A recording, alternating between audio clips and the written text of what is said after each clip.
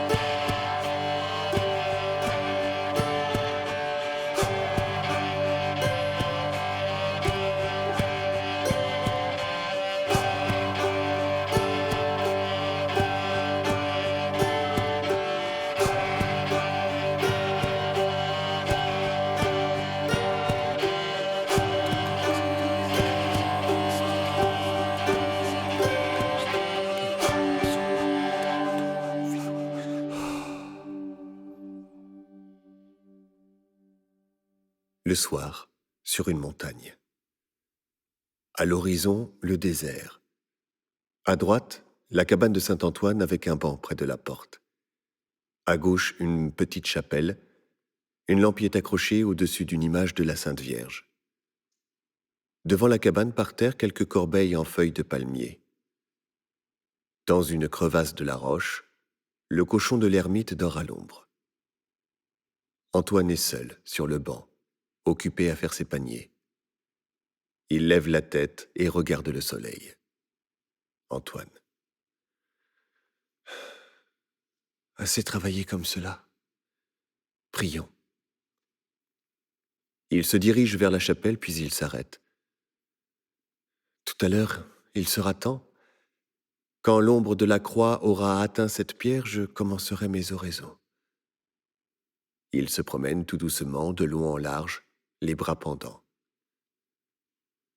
Le ciel pâlit, le gypaète tournoie, les palmiers frissonnent. La lune va se lever, et demain, le soleil reviendra. Puis il se couchera, et toujours ainsi, toujours. Moi, je me réveillerai, je prierai, j'achèverai ces corbeilles que je livre à des pasteurs pour qu'ils m'apportent du pain. Ensuite, je prierai, je me réveillerai, et toujours ainsi, toujours. Oh mon Dieu, les fleuves s'ennuient-ils à laisser couler leurs ondes? La mer se fatigue-t-elle de battre ses rivages? Et les arbres, quand ils se tordent dans les grands vents, n'ont-ils pas des envies de partir avec les oiseaux qui rasent leur sommet? Il regarde l'ombre de la croix. Encore 2 largeurs de sandales et ce sera le moment de la prière. Il le faut. Une tortue s'avance entre les roches. Antoine la regarde. Vraiment, cet animal est fort joli. Puis il s'endort. Je suis bien fatigué ce soir. Mon cilice me gêne, comme il est lourd. Il se détourne et aperçoit l'ombre de la croix qui a dépassé la pierre. Ah, misérable, qu'ai-je fait? Allons, vite, vite! Il frappe de cailloux, enflamme une feuille sèche et allume la petite lampe qu'il accroche à la muraille. La nuit est presque venue, il s'agenouille. Il y a des gens qui prient pour le seul plaisir de prier, qui s'humilient pour s'humilier. Mais moi, est-ce par besoin ou par devoir? Assez, assez, plus de ces réflexions. Salut Marie, pleine de grâce. Oh, que je t'aime. Que n'ai-je pu dans la poussière de la route suivre ton long voile bleu flottant, lorsque, au pas cadencé de l'âne voyageur, il se levait derrière toi et disparaissait sous les platanes. Antoine s'interrompt. La tortue s'avance. Le cochon se réveille. Cette figure, c'est comme si je ne l'avais jamais vue. Je voudrais qu'elle fût plus grande. Une voix presque indistincte murmure « Bien haute, n'est-ce pas ?» Antoine tressaille. Qui donc parle? Il écoute. Et non, c'est moi qui pense. Bien haute, n'est-ce pas? Et en relief pour qu'on puisse la saisir avec les mains. N'es-tu pas l'amour de ceux qui n'ont point d'amour? Prie-la, Antoine. Elle t'aimera. Vois, elle te fait signe. L'image tremble. Mais elle a remué. Ah, c'est le vent peut-être. Le vent du soir qui souffle des mers chaudes. Maudit soit-il s'il amollit le cœur du solitaire. Comment? N'es-tu pas humble, chaste, fort? Moi? Oui, tu as dédaigné toutes les joies, les festins, les femmes, le tumulte des chars et la popularité. Il est vrai. Rien de ce qui tente les autres ne m'a séduit. Il se remet en prière. Le cochon. Je mire dans les étangs ma robuste figure. J'aime à me voir. J'ai les pattes minces, les oreilles longues, les yeux petits, le ventre gros. La voix plus forte. Noé s'est enivré. Jacob a menti. Moïse a douté. Salomon a failli. Pierre a renié. Mais toi? Avec quoi m'enivrerais-je? À qui mentirais-je? Si je doutais, je ne serais pas là. Moins que personne, j'ai failli et jamais je n'ai renié le Seigneur. Sincèrement, je ne vois point de créature qui vaille mieux que moi. Des ombres vagues apparaissent au fond de la Seine. On entend des chuchotements. Le vent souffle, la lanterne se balance. Antoine se remet en prière. Tu es bénie entre toutes les femmes, que ton nom plus suave qu'un baiser mélancolique comme un soupir. Marie, Marie, blanche comme des cierges, et les yeux roulent, les lèvres frémissent. Un coup de vent arrache l'image de la Sainte Vierge qui surgit grande comme nature. Oh, oh, elle se développe. Qu'ai-je donc? Rien, c'est une femme. Antoine se frappant le front. Mais quelle idée! Regarde. Mais la voilà qui renverse sa tête, qui tord ses reins.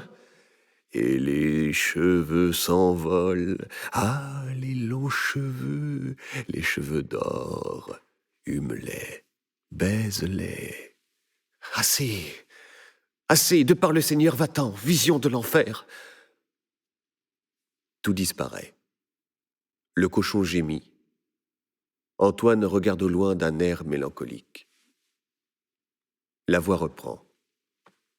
Une nuit, c'était à Héliopolis sur le Nil.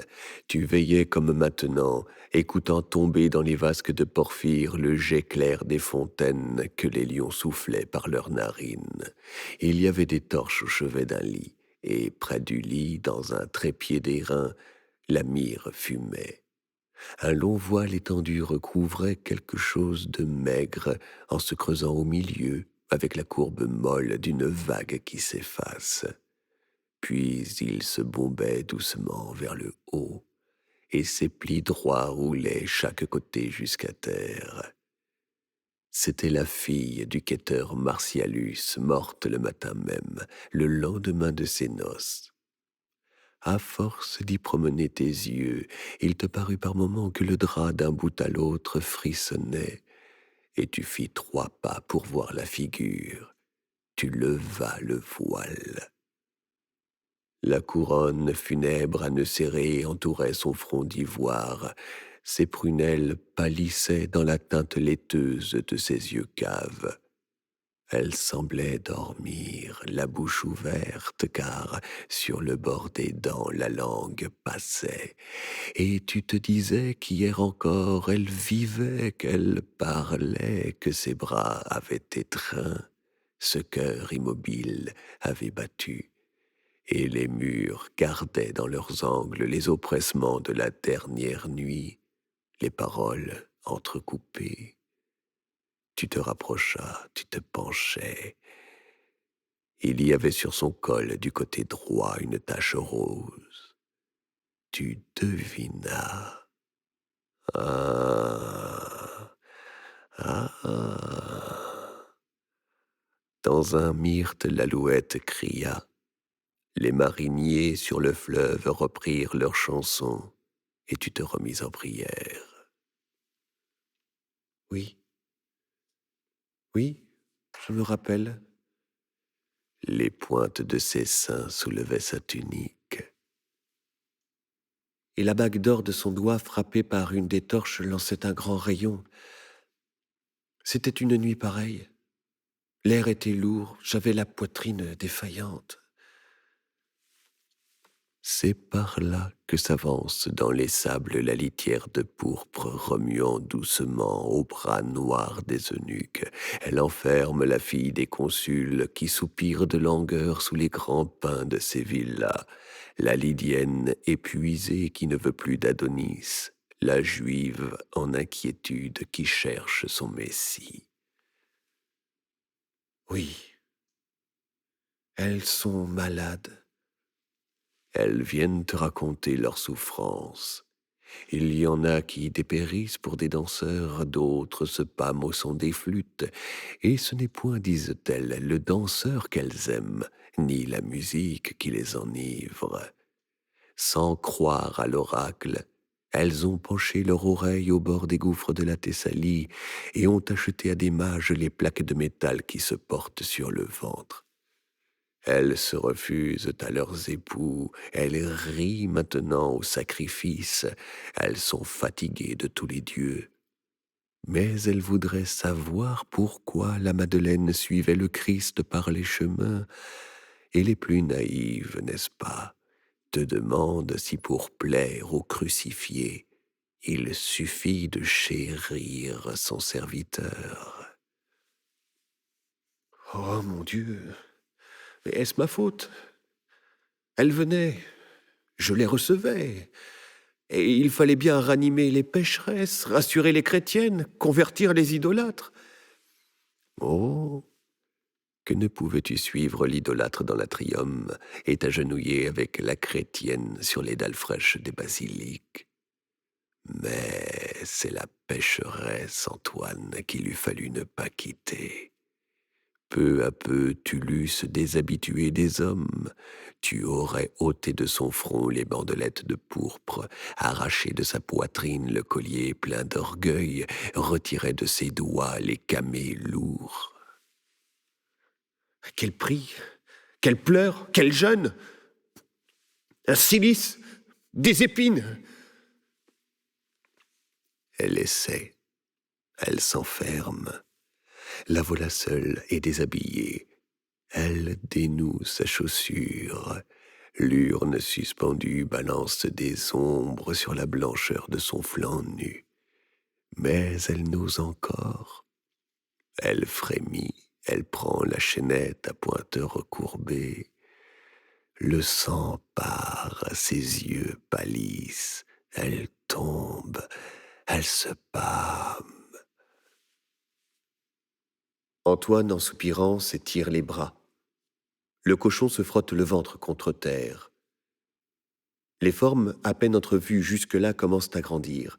Ce sont les 7 péchés capitaux.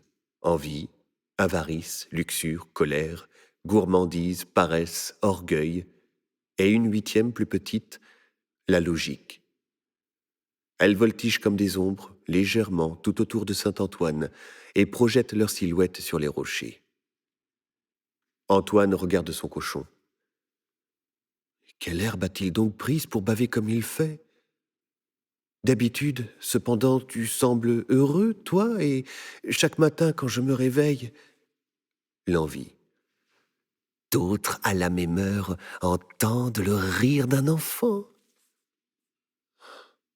Oui. Les fourmis ont une famille. Sur la surface des mers, les dauphins nagent ensemble. As-tu vu dans les forêts les louves vagabondes galoper avec leurs petits à la gueule?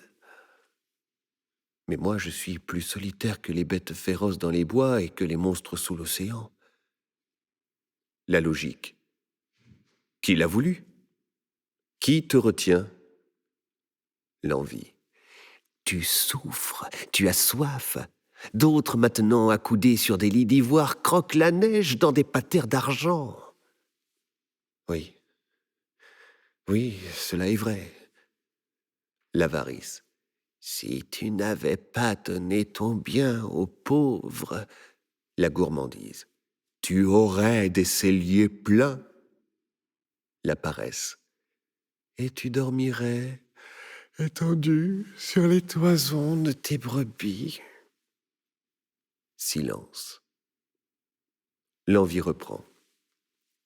Pourquoi n'achetais-tu pas une charge de publicain au péage de quelque pont? Tu aurais vu de temps à autre des voyageurs qui t'auraient conté des nouvelles, des étrangers drôlement vêtus, des soldats qui aiment à rire. L'avarice. Tu aurais sculpté des images pieuses pour les vendre aux pèlerins, et tu aurais mis l'argent dans un pot que tu aurais enfoui en terre dans ta cabane. Non, non, la colère. Il te fallait une épée lourde battant ton mollet nu. Tu aurais, avec tes hardis compagnons, traversé les forêts sombres, campé sur la bruyère et bu l'eau des fleuves barbares. Non, non, l'orgueil. Si l'orgueil de ta vertu ne t'avait pas jeté dans l'ignorance qui t'enferme, tu serais un sage maintenant, un docteur, un maître. La logique. Tu saurais la cause des éclipses et des maladies, la vertu des plantes, le calcul des étoiles, la terre, le ciel. L'orgueil. Les rois, curieux de ta parole, te feraient asseoir à leur côté. L'avarice. et il te renverrait chargé de présents magnifiques que l'on emballerait dans des coffres. Silence. La logique reprend. Qui t'empêchait d'être prêtre? L'orgueil. Le soupçonnes-tu, l'ineffable plaisir de faire avec des paroles descendre le Très-Haut? La luxure. Et d'agiter comme le vent le cœur des femmes timides. L'envie. Retourne à Alexandrie, prêche la catéchumène, pérore dans les conciles. Pourquoi comme un autre ne serais-tu pas évêque? Mais la présence de tout ce monde m'effraierait, moi qui parfois éprouve dans ma conscience la logique. Aussi, tu pèches souvent, faute de conseils. La paresse. Il fallait rester chez les moines. La logique. C'eût été une façon de vivre heureuse, grasse, sainte. Antoine souriant. Oui. Les péchés répétant l'un après l'autre. Oui, oui, oui. La logique. Considère ton existence maintenant. Ah, je le sais. C'est une agonie plutôt. Quelquefois, cependant, j'ai eu des éclairs de béatitude où il me semblait... Non, le souvenir t'abuse. Car le bonheur, quand on tourne la tête pour le revoir, baigne sa cime dans une vapeur d'or et semble toucher les cieux, comme les montagnes qui, sans en être plus hautes, allongent leur ombre au crépuscule. Antoine tout doucement se met à pleurer. Hélas, hélas, comme un homme qui voudrait dormir et que la vermine harcèle, qui se passe les mains sur la figure, qui gémit et qui sanglote au sein des ténèbres sans cesse éveillées. Je sens quelque chose d'insaisissable et de nombreux qui court, qui revient, qui me brûle et qui m'agace, qui me chatouille, qui me dévore. Que faut-il faire, Seigneur? Où fuir? Où demeurer? Ordonne. Je pleure comme un idiot qu'on a battu. Je tourne à l'abandon comme la roue détachée d'un char. La logique. C'est parce que tu souffres que tu te perds de plus en plus. Comment? On place sur l'autel des chandeliers d'or avec des fleurs épanouies, et l'on enferme les os des martyrs sous des perles fines et des topazes. Pourquoi donc, te refusant au bonheur, étales-tu continuellement comme une draperie funèbre sur ton âme, sans songer que le talon de Dieu s'y pose? La pénitence alors serait inutile? Ne t'inquiète pas tant des œuvres, qu'importe l'action. Devant le Très-Haut, les cèdres et les brins d'herbe sont de taille pareille. Où donc est le mérite de ta vertu et la grandeur de ta bassesse?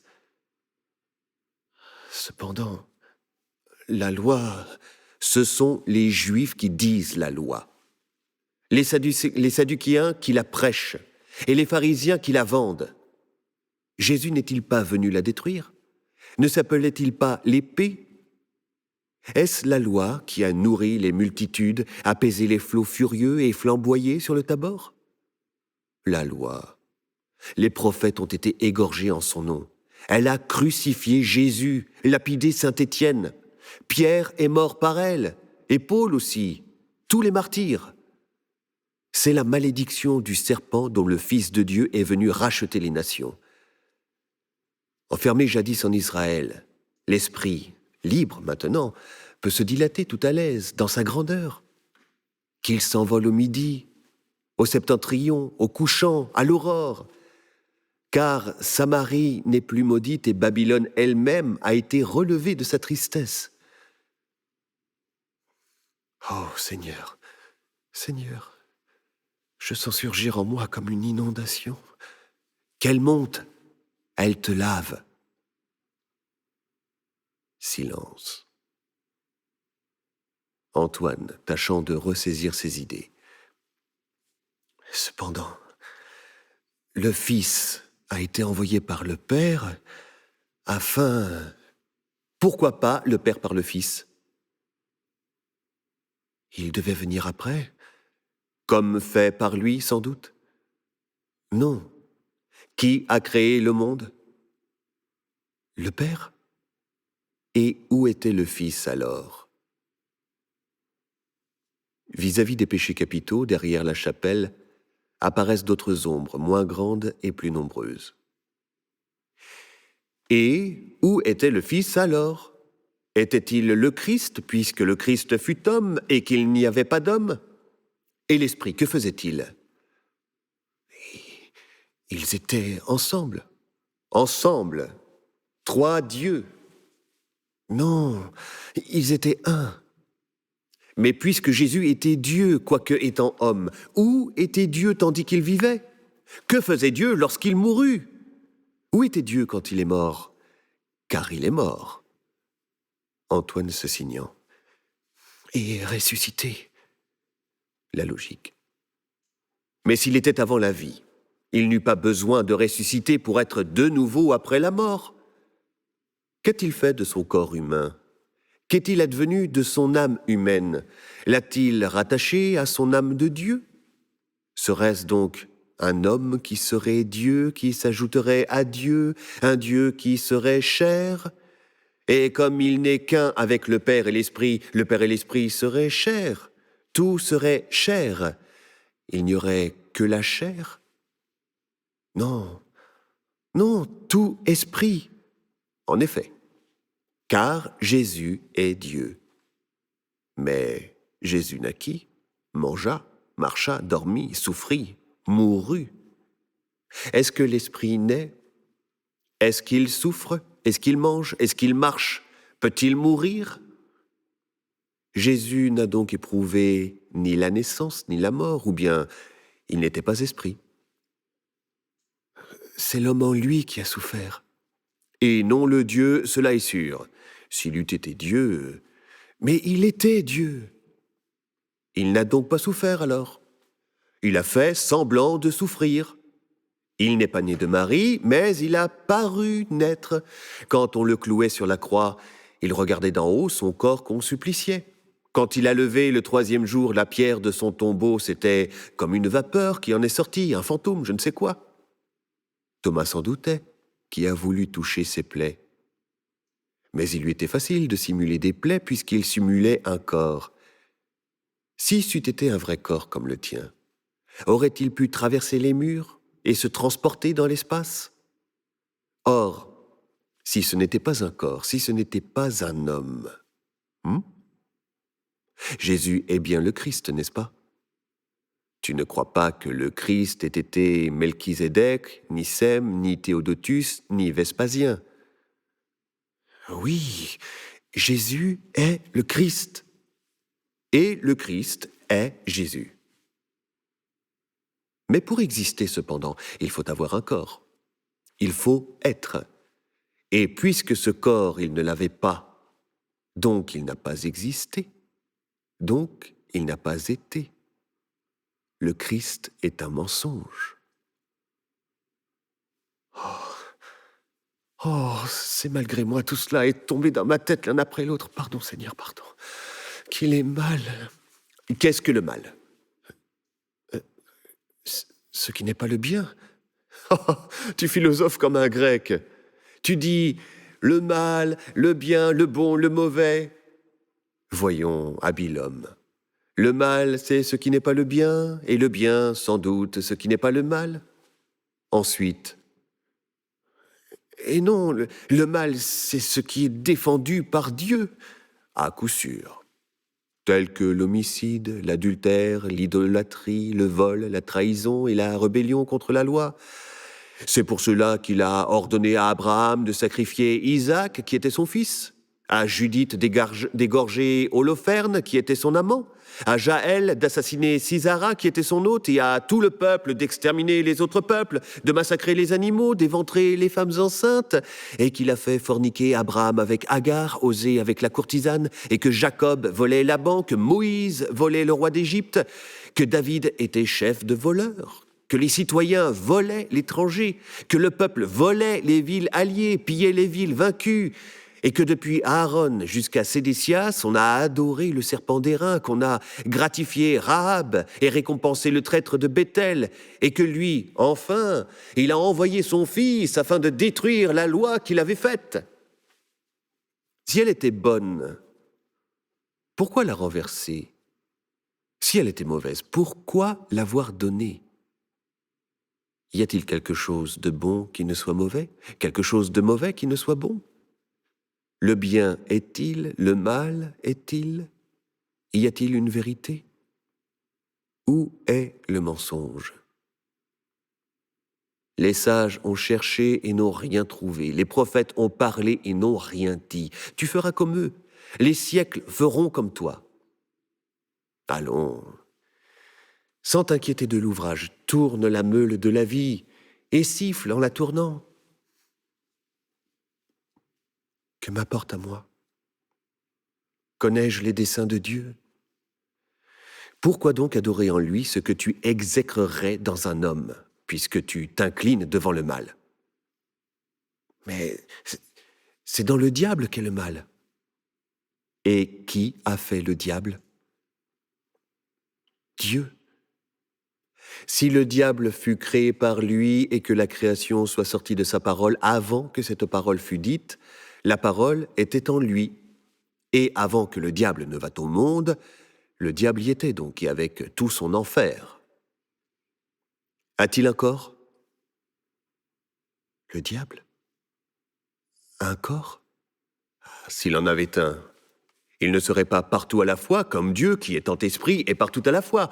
Mais s'il est esprit, il est donc Dieu, ou plutôt partie de Dieu. Mais enlever une partie au tout, n'est-ce pas détruire le tout? Or, retrancher à Dieu une partie de Dieu, c'est nier Dieu. Tu ne nies pas Dieu, tu adores Dieu. Alors la logique, sous la forme d'un nain noir vêtu de parchemin avec des ergots monstrueux aux 4 membres et se tenant tantôt d'un pied, tantôt de l'autre sur une sphère qui roule, se penche à l'oreille de saint Antoine. Tu adores Dieu, adore le diable. L'orgueil criant « À moi, mes filles !» paraît derrière l'ermite. La chevelure hérissée, les yeux rouges, le teint blême, la stature haute, le sourcil relevé. Un grand manteau de pourpre dont elle s'enveloppe cache les ulcères de ses jambes et elle baisse le menton pour regarder dans sa poitrine un serpent qui la ronge. On entend des sifflements, des aboiements, des cymbales qui sonnent, des clochettes qui tintent, et les hérésies s'avancent par longues files séparées, portant sur leur tête des serpents ou des fleurs, dans leurs mains des fouets, des livres, des zodiaques, des glaives, des idoles, des colliers d'amulettes autour du cou, des tatouages sur la figure avec des costumes de la Chaldée, de la Perse et des Indes. Le visage enflammé comme des fournaises, d'autres plus pâles que des ombres. Il y avait des magiciens à longue barbe, des prophétesses, les cheveux éparses, des nains qui hurlent. Leurs haleines font une vapeur dans la nuit et leurs yeux étincellent comme la pupille des chats sauvages. Elles s'amassent en se grappant sur les épaules. La logique qui bat la mesure avec un bâton de fer conduit leur marche. L'orgueil ricane d'une façon stridente. Antoine, dans sa cellule, frémit à mesure qu'elles approchent. Une des ombres précédentes apparaît dans sa forme particulière et se mêle à leur groupe. C'est d'abord la luxure, rouge de cheveux, blanche de peau, très grasse, vêtue d'une robe jaune rehaussée de perles et de diamants. Elle est aveugle. De ses doigts chargés d'émeraude, elle relève sa robe doucement jusqu'à la hauteur des chevilles. La gourmandise a le cou maigre, les lèvres violettes, le nez bleu. Ses dents pourries retombent sur son menton et sa tunique tachée de graisse et de vin laisse déborder son ventre qui lui couvre les cuisses. La colère est cuirassée d'airain, ruisselle de sang. Des flammes jaillissent de son casque fermé. 2 boules de plomb terminent ses bras. L'envie, aux oreilles énormes, se pince les lèvres, se ronge les ongles, s'égratine le visage, se couche derrière tous les péchés, se vautre sur le sol et leur mord le talon. L'avarice vieille femme en haillons recousus, agite continuellement dans l'air sa main droite qui a 10 doigts, et de la main gauche elle retient les pièces d'argent dans ses poches trop pleines. La paresse, sans pieds ni bras, se traîne péniblement sur le ventre et soupire. Toutes les hérésies maintenant sont confondues. Les péchés plus grands qu'elles les poussent par derrière. Des nuages bruns roulent sur la lune, elle apparaît çà et là entre leurs déchirures et illumine la scène d'un reflet verdâtre. Les hérésies augmentent, entourent la cabane, vont jusqu'au seuil de la chapelle. Elles disent en adoucissant leur voix « Pourquoi trembler, bonne ermite? Nous sommes les pensées mêmes avec qui tu causais tout à l'heure. Ne crains rien, bon saint Antoine, ne crains rien. » Antoine. Oh, comme il y en a, j'ai peur. Les patricianistes. Peur de la chair, n'est-ce pas? Elle est mauvaise. Antoine. Oui. Les patricianistes. C'est par elle que nous sommes maudits. En effet, et maudit par le Père du Verbe, source de tout esprit, et dont la chair est l'ennemi comme le diable est son ennemi. S'il l'avait créé, cependant, aurait-il maudit son œuvre? Les corps font les corps, l'esprit fait l'esprit. Le diable a donc fait le corps, a fait l'homme. Satan est son auteur. Les paterniens. Pas tout entier. Depuis la poitrine seulement jusqu'en bas. Dieu a formé la tête où pousse la pensée, le cœur où palpite la vie, mais c'est le diable qui a fait la digestion, la génération et l'envie de voyager qui circule dans les pieds. Une hérésie. Oui, l'homme est de 2 parties quant au corps, d'une seule quant à l'esprit, de 3 en tout. Dieu, de même, est de 3 parties, dont le Père est la première, le Fils la seconde, le Saint-Esprit la troisième, et la Trinité en constitue l'ensemble. Antoine rêvant. L'ensemble. Les Sabellins. Non. Père, Fils, Saint-Esprit sont une même personne. Antoine. Oh, oui, oui, c'est cela. Les Sabellins. Ils sont l'unité Dieu. Et puisque le Fils a souffert, lui qui est Dieu, le Père et l'Esprit, qui sont ce même Dieu, ont donc souffert. Il s'avance. Antoine recule. Non. Non. Toutes les hérésies. Qu'est-ce donc que Dieu? Dieu, Odius. De sa substance indéfinie, il a tiré les mondes avec les âmes. C'est un grand esprit qui a un corps, Oh, laissez-moi, laissez-moi. Les hérésies. Qu'est-ce donc que l'âme? L'âme? Les tartulanistes. Elle est faite de flammes et d'air. Elle réside en un corps, elle occupe un lieu, elle sent dans la géhenne une intolérable douleur sur la langue. Mais l'esprit n'a ni siège ni lieu, il est étranger à la peine comme au plaisir. Dieu seul est donc immatériel, et l'âme est bien un corps. Un corps? Qui a dit cela? Tertullien, le pallium sur le dos. Moi. Vous, illustre Septimus, qui poursuiviez tant les idolâtres? Et voilà même que vous êtes vêtu comme un philosophe stoïque? Oh, oh, j'ai écrit là-dessus un traité que tu aurais dû lire. Les hérésies. C'est un païen, honni soit-il. Tertullien disparaissant. Tu renies le maître, que toute clarté t'abandonne. Les hérésies pressant toujours saint Antoine. Nous ne t'abandonnons point, nous autres, nous restons. Qui était le Christ?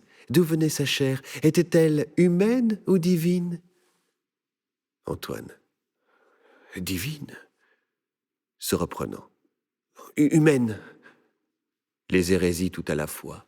C'est vrai, c'est vrai. Les apollinaristes. C'était la chair du Verbe et non la chair de Marie. Lui, l'esprit, avoir séjourné dans un ventre. Les antidicomaristes. Pourquoi pas? Les ménandrins, les cérinthiens, puisque le Christ n'était qu'un sage. Arius.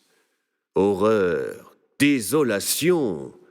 C'était Dieu le Fils, créé par le Père et créateur lui-même de l'Esprit Saint. Les théodotistes. C'était Théodotus, on l'a connu. Les sétianiens. C'était Sem, fils de Noé. Les gnostiques. C'était l'enfant des Éons, l'époux d'Aramoth repenti, le père du démiurge qui fit le cosmocrator et l'anthropos. Antoine étourdi reste immobile et les ophites s'avancent, portant un immense serpent python à couleur dorée avec des taches de saphir et des taches noires. Pour le maintenir horizontalement, les enfants le lèvent au bout de leurs bras, les femmes le retiennent sur leur poitrine, les hommes l'appuient contre leur ventre. Ils s'arrêtent devant saint Antoine et forment avec le serpent qu'il déroule un grand demi-cercle à l'entrée duquel se tient un vieillard en robe blanche, pinçant de la lyre, et un enfant nu jouant de la flûte sur un air doux et joyeux, quoique plein de lenteur. Les ophistes commencent. C'était lui. Moïse le savait. Antoine. Mais non. Comment cela? Les ophites. Moïse le savait, qui éleva dans le désert le serpent d'airain. Antoine ouvre des yeux stupéfaits. Ils reprennent. Ces spirales sont les cercles des mondes. Les métaux ont pris leur couleur aux taches de sa peau. De ce qu'il mange, rien n'est rendu, il absorbe tout. Assise sur un tébérinthe, elle le regardait monter. Son corps gluant se collait contre l'écorce et les feuilles vertes s'enflammaient à son haleine. Quand il eut passé par toutes les branches, il reparut. Les os de sa mâchoire s'écartèrent. Le fruit tomba. Il le retint sur ses dents et suspendu par la queue au tronc du grand arbre, et il balançait devant le visage d'Ève sa tête sifflante aux paupières enivrées. Elle le suivait, attentive. Il s'arrêta. La poitrine d'Ève battait, la queue du serpent se tordait. Un lotus s'ouvrit. Les dattes des palmiers mûrirent. Elle tendit la main. Il était bon, le fruit superbe. Elle en ramassa l'écorce pour s'en parfumer la poitrine.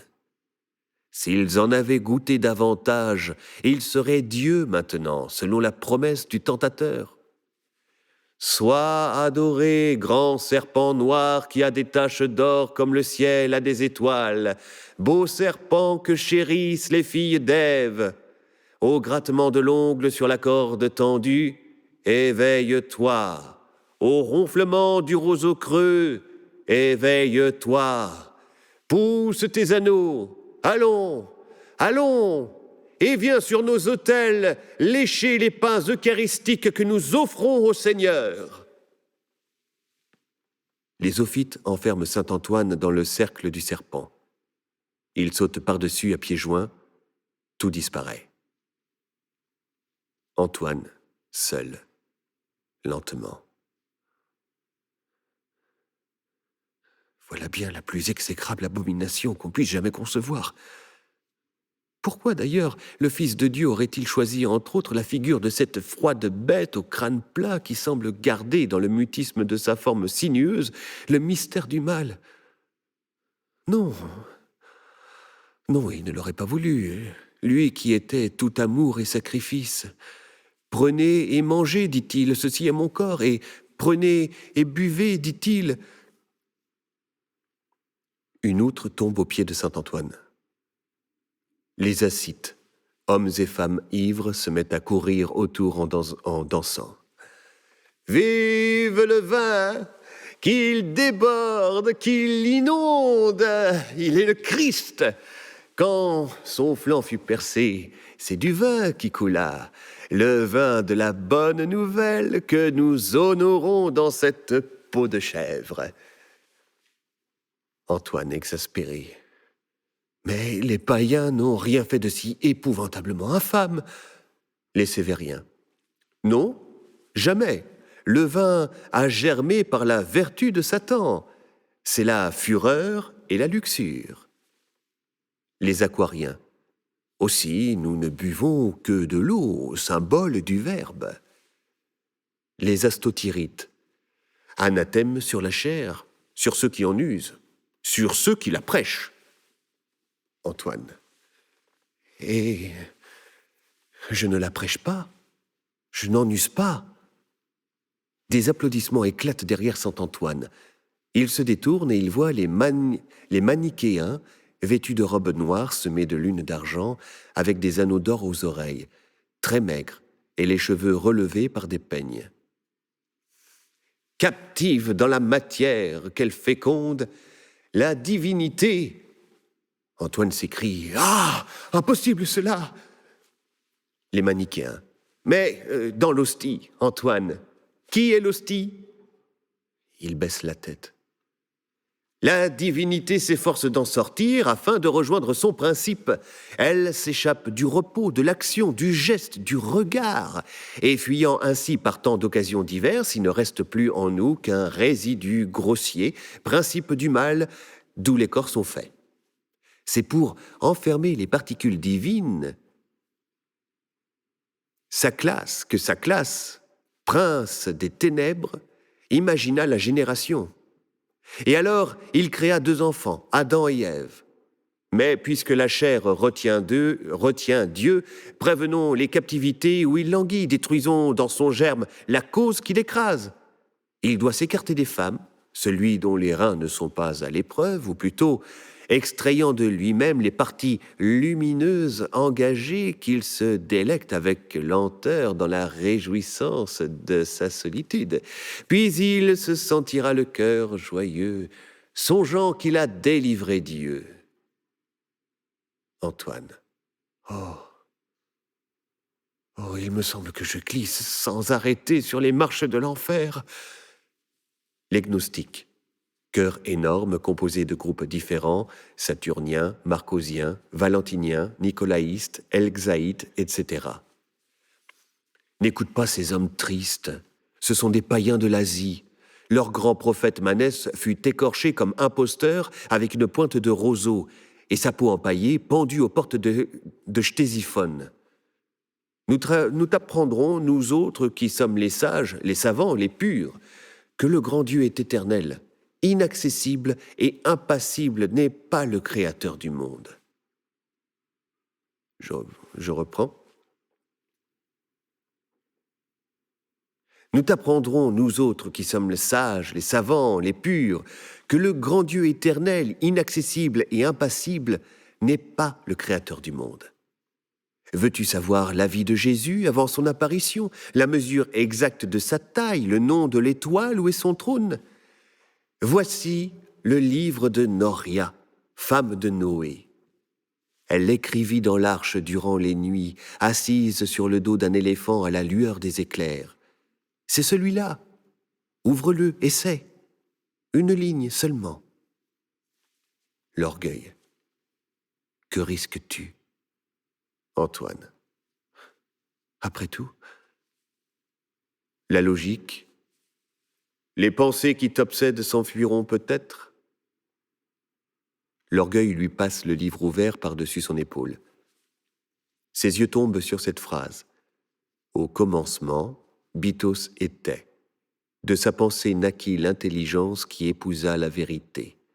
De la vérité et de l'intelligence sortirent le Verbe et la vie qui enfantèrent 5 couples pareils. Du Verbe et de la vie issurent l'homme et l'Église qui formèrent 6 autres couples, parmi lesquels Paraclétos et Pistis produisirent Sophia et Télétos. Ces 15 couples font les 15 syzygies secondaires composées des 31 suprêmes qui constituent le plérome ou ensemble supérieur et qui font Dieu. Les hérésies à part, il lit, il est à nous. Antoine continuant. Barbello est le principe du 8e ciel. Yaldabaoth a fait les anges. la terre et les 6 cieux au-dessous de lui. Il a la forme d'un âne. Antoine rejette le livre avec fureur. Les gnostiques se resserrent autour de lui en disant « Pourquoi ? Recommence, tu n'as pas compris. » Les valentiniens, traçant avec leurs doigts des chiffres sur le sable, regarde.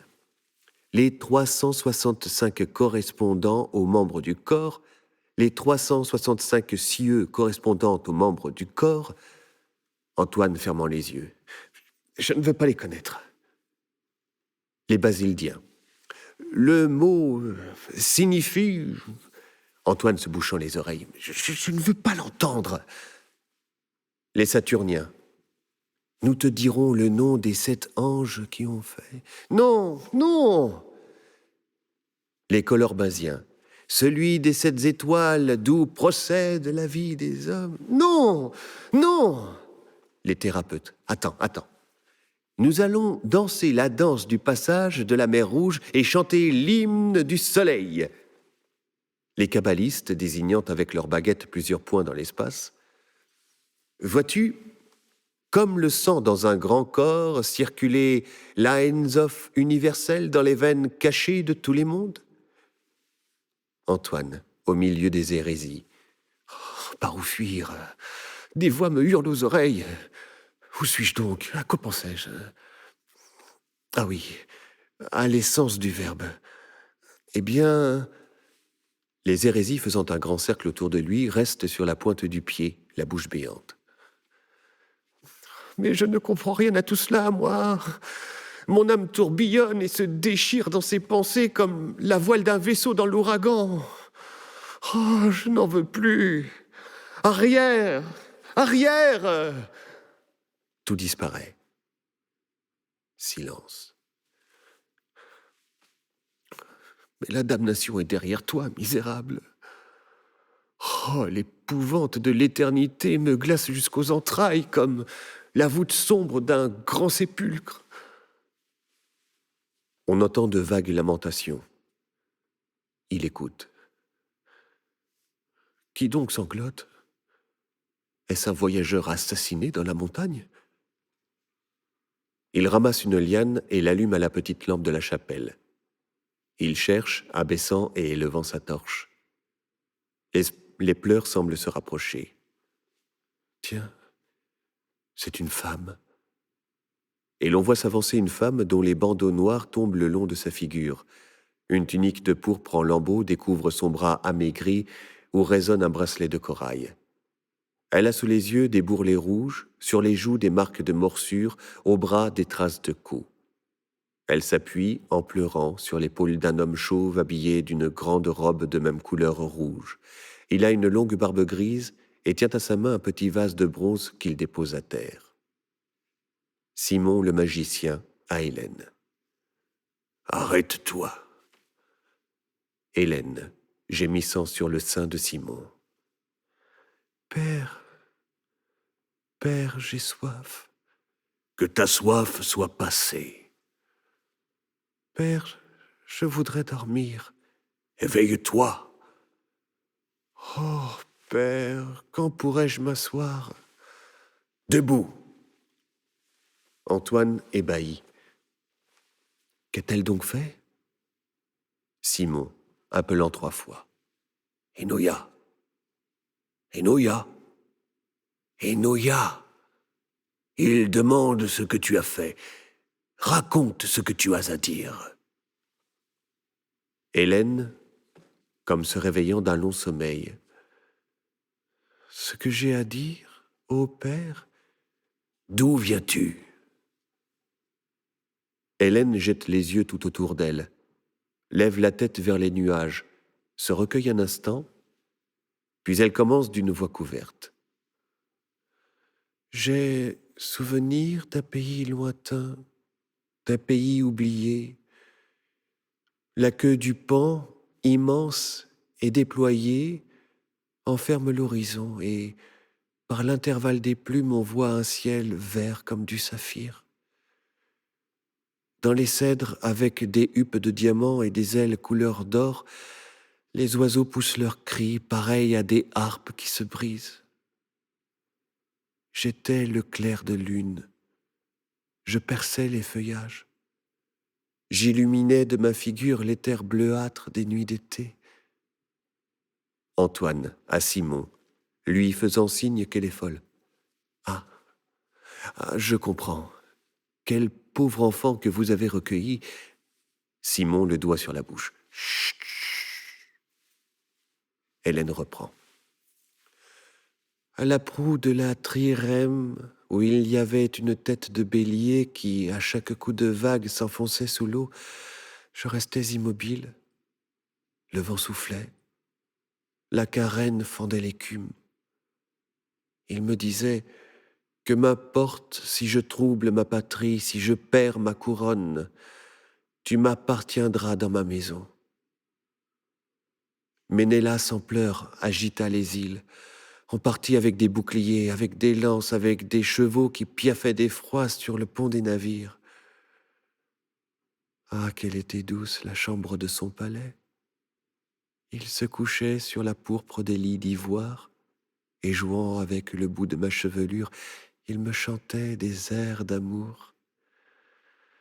Le soir venu, je montais sur le rempart, je voyais les deux camps, les fanaux qu'on allumait, Ulysse sur le bord de sa tente causant avec ses amis, Achille tout armé qui faisait courir son char le long du rivage de la mer.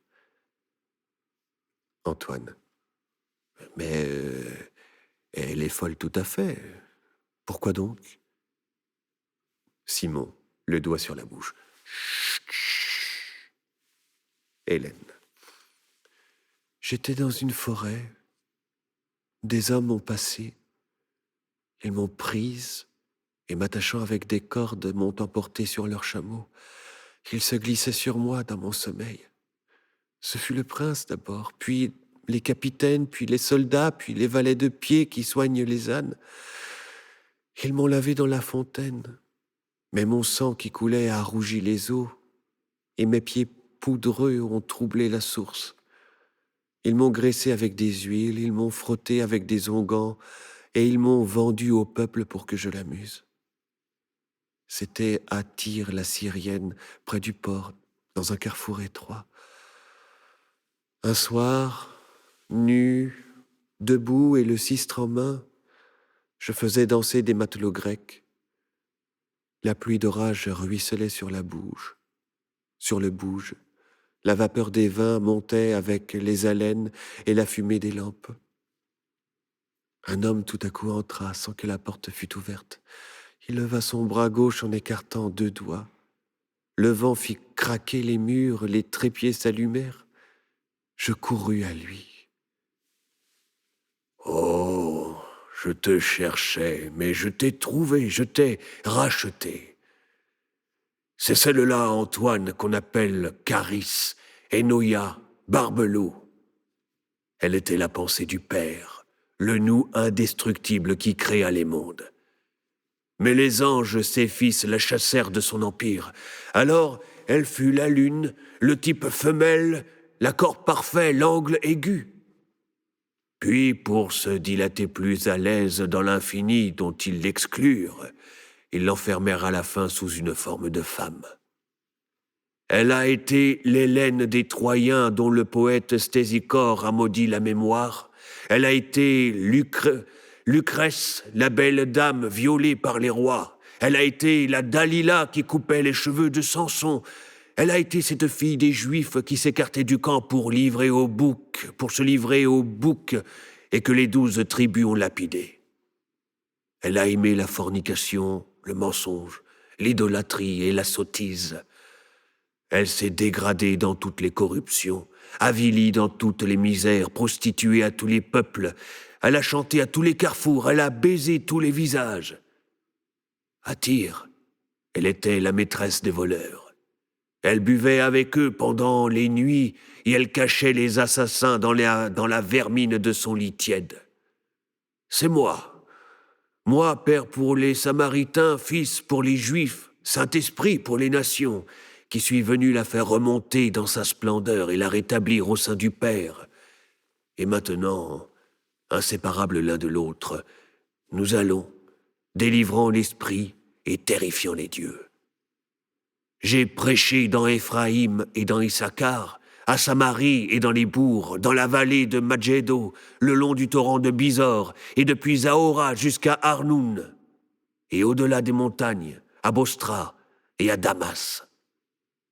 Je suis venu pour détruire la loi de Moïse, pour renverser les prescriptions, pour purifier les impuretés. Je convoque au grand amour les âmes des fils d'Adam, qu'elles soient frénétiques de luxure ou affolées de pénitence. Viennent à moi ceux qui sont couverts de boue, ceux qui sont couverts de sang, ceux qui sont couverts de vin. Par le baptême nouveau, comme par la torche de résine que l'on traîne dans les maisons lépreuses pour brûler sur les murs les taches de rousseur qui les dévorent, je les rincerai jusqu'aux entrailles, jusqu'au fond de leur être. Feu, allume-toi! Saute, cours, ravage, purifie, sang d'Enoïa, âme de Dieu même. Une flamme blanche paraît à la surface du vase, s'en échappe, voltige de côté et d'autre, et poursuit saint Antoine. À la cour de Néron, j'ai volé dans le cirque, et volé si haut que l'on ne m'a plus revu. Ma statue est debout dans l'île du Tibre. Je suis la force, la beauté, le maître. Enoïa est Minerve. Je suis Apollon, dieu du jour. Je suis Mercure, le bleu. Je suis Jupiter, le foudroyant. Je suis le Christ. Je suis le Paraclet. Je suis le Seigneur. Je suis ce qui est Dieu. Je suis Dieu même. Antoine. Ah, si j'avais de l'eau bénite. Le feu s'éteint. Enoïa jette un cri aigu et disparaît avec Simon. Antoine, haletant, regarde autour de lui. Non, plus rien. Ah. Il s'essuie le front sur sa manche. Oh, comme ces flammes couraient. Allons donc, quelles illusions. L'Esprit de Dieu ne descend pas jusque-là. Et l'âme, une fois arrivée au mal, il n'est plus, quoi qu'il dise. Cependant, si par un effort suprême, elle secouait ce fardeau de la matière qui l'écrase, pourquoi ne remonterait-elle pas à Dieu? Et alors, l'intervalle de la vie disparaissant, toutes les œuvres qu'elle comporte se trouveraient indifférentes. Aussitôt apparaissent les Elxaïtes, couverts de grands manteaux violets et la figure cachée sous des masques de bêtes fauves. Croyons, qu'importe le reste. Mangez des viandes impures si l'esprit a faim du Verbe. Phinéas adora Diane et Saint-Pierre renia Jésus, car le martyr est impie et la convoitise de la souffrance une tentation du mal. Antoine répète, une tentation? Et arrivent les Caïnites, les cheveux noués par une vipère qui s'enroule à leur cou et laisse retomber sa tête sur leurs épaules. Réhabilitons les maudits, adorons les exécrés. Plus qu'Abraham et que le prophète, que saint Paul et que tous les saints, ils ont travaillé pour ton âme et se sont damnés pour elle. Gloire à Caïn, gloire à Sodome, gloire à Judas. Caïn créa la race des forts. Sodome épouvanta la terre par son châtiment. Et c'est Judas qui fut cause que le Fils de Dieu sauva le monde. Judas? Oui. En effet, les Carpocratiens, nus jusqu'à la ceinture, avec des fleurs dans leurs mains, de grands cheveux, la barbe entière, les ongles longs. Ils portent tous à l'oreille une marque rouge et sur la poitrine un soleil tatoué. Exécrer la tâche des corps, il le faut. L'esprit éperdu vagabonde parmi les hasards de la vie. Il ne rentrera au sein immobile de Prounikos qu'après avoir accompli dans sa chair toutes les œuvres de la chair. Viens avec nous aux agapes la nuit. Les femmes nues, couronnées d'hyacinthe, mangent à la lueur des torches qui se mirent dans les plats d'or. Elles sont à tous, comme nos biens, comme nos livres, comme le soleil et comme Dieu. Nous chantons à table des chansons de funérailles, nous lacérons avec des couteaux et nous buvons le sang de nos bras. Nous montons sur l'autel et nous encensons avec des encensoirs. La fausse prophétesse de Cappadoce, dont l'énorme chevelure rouge descend jusqu'au talon.